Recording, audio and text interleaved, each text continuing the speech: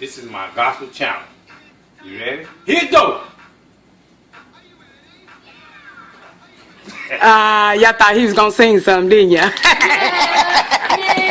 Yeah. Was doing just fine. But when my heart was breaking, you was there just in time. I never knew that I could feel this way. Oh, what a change your love has made. Hey, hey, you bring out the best in me. No, look at me. Look at me. Go ahead. Go ahead. Go ahead.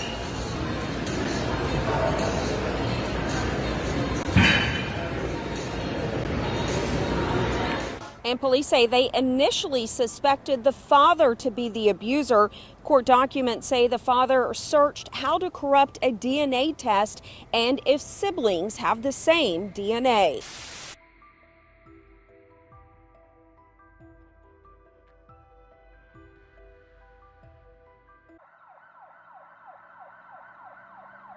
Imagine hearing about a family so deeply broken and twisted that they allowed something utterly horrifying to unfold right beneath their roof. A family where betrayal, abuse, and neglect weren't just present, they were hidden and ignored. This is the chilling and heartbreaking story of Nathaniel Molden Jr., his 18-year-old sister with intellectual disabilities, and their parents, Nathaniel Molden Sr. and Tamika Molden, who were fully aware of the horrifying secret and chose to do nothing to stop it. This isn't just another tragic tale of family dysfunction. It's a story so dark it will leave you questioning how such evil could take place in a home that was supposed to provide safety and care for a vulnerable young woman. Get over that nice, open up your gift. You like it? Tell your brother thank you. The disturbing events began when the Oklahoma Department of Human Services received an alarming tip about a young woman with an intellectual disability who had just given birth. The girl, only 18 years old, had a significantly lower mental capacity than her peers, which immediately raised concerns. Officials knew they had to act quickly and find out who the father of the baby was. When investigators questioned the young woman and her mother, Tamika Molden, they were told that a boyfriend was responsible. However, something about their story didn't add up. How could a severely disabled teenager, whose intellectual abilities were so limited that she could barely care for herself, have a secret boyfriend that no one knew about? The investigators knew they weren't being told the full truth, so they dug deeper. What they uncovered was far more disturbing than anyone could have imagined. In their search for answers, they collected samples from all the male members of the household. The results, analyzed by the Oklahoma State Bureau of Investigation, revealed a chilling truth. The father of the baby wasn't a boyfriend as previously claimed, but her own brother, 19-year-old Nathaniel Molden Jr. The revelation sent shockwaves through everyone involved, but the investigation didn't end there. It soon became clear that this was not a one-time event, but part of a disturbing pattern of abuse that had been hidden for years. Even more disturbing, Nathaniel Jr. admitted to police that he had been sexually abusing his sister for at least 2 years before she became pregnant. He also revealed a horrifying truth. His parents, Nathaniel Sr. and Tamika Molden, were fully aware of the abuse. According to court documents, the parents had caught their son in the act on several occasions. However, instead of intervening to protect their vulnerable daughter, they simply punished both children and pretended that nothing had happened. They chose to turn a blind eye to the abuse, hoping that by ignoring it, the problem would eventually go away. But the reality is that secrets like these never disappear. They only grow and escalate into something far worse. Their negligence allowed their son to continue abusing his sister, ultimately resulting in her pregnancy. Even after their daughter gave birth, the parents tried to cover up the truth by claiming a non-existent boyfriend was responsible. However, the results didn't lie, and the horrifying truth quickly surfaced. To make matters worse, investigators began to suspect that Nathaniel Sr., the father, might have been complicit in the secret. Their suspicions grew stronger when they searched his phone and discovered disturbing internet searches, including phrases like "how to corrupt a test." This raised concerns that he was either attempting to tamper with the investigation or had something far more sinister to hide. Although the results ultimately confirmed that Nathaniel Jr. was the father of the baby, the fact that Nathaniel Sr. was actively researching how to manipulate Yeah, higher. Yeah.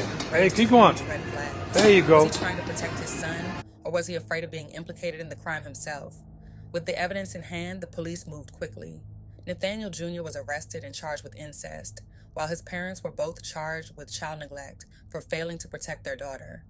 Body camera footage from their arrests shows police arriving at their home and taking them into custody one by one. Yep, you're Tamika, right? How? Just turn around for me, okay? I'm trying to ask how. The village police investigation started in July when DHS notified officers an intellectually disabled 18-year-old gave birth. Authorities could not determine who fathered the child. The teen and her mother, Tamika Molden, claimed a boyfriend was the baby's father.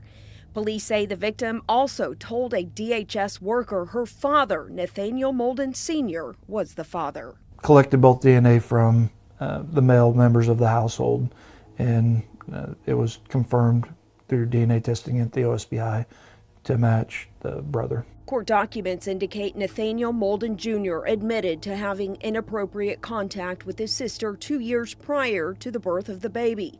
Molden says he and his sister have been caught by their parents and punished. Police say the Moldens never reported the abuse to authorities before or after their daughter became pregnant. Part of the reason charges were filed on the parents was because there was no intervention to prevent any type of improper actions towards this child at the time who couldn't fend for herself. Both parents were able to post bail and were released shortly after their arrests. However, their son remains in jail, unable to pay his $25,000 bond. The investigation continues, and the community is left shaken by the tragic events that unfolded. Meanwhile, the young mother and her baby have been placed in the custody of the Department of Human Services, where they are hopefully receiving the care and protection they desperately need. This story is more than just a shocking headline. It's a tragic example of how vulnerable individuals can be failed by the very people who are supposed to love and protect them. The 18-year-old girl in this case didn't just suffer abuse at the hands of her brother. She was let down by her parents, who knew what was happening and did nothing to stop it. What's even more heartbreaking is that this young woman likely had no way to understand what was happening to her. With her intellectual disability, she relied on her parents to protect her, to stand up for her when she couldn't stand up for herself. Instead, they allowed the abuse to continue, prioritizing their family's reputation over their daughter's safety and well-being. As news of the case spread, people were outraged. Many couldn't understand how a family could let something so terrible happen, and worse, how they could try to cover it up. Comments flooded social media, with people expressing disgust and disbelief, saying, "How could parents allow this? They should never be let out of jail. This poor girl didn't stand a chance in the house. The whole family needs to be locked up forever." Sickening. The public's reaction was clear. This wasn't just a crime. It was a complete failure of parental responsibility and basic human decency. The case of Nathaniel Molden Jr., his sister, and their parents is now in the hands of the legal system as the investigation continues.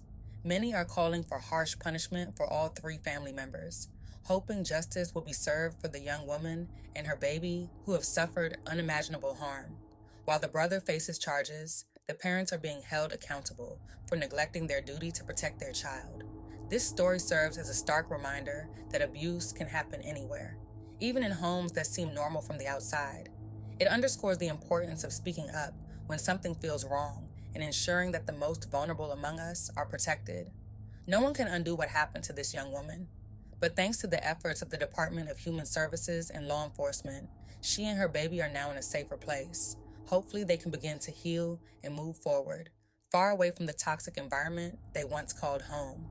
If there's one takeaway from this heartbreaking case, it's this: when we see something wrong, we can't stay silent.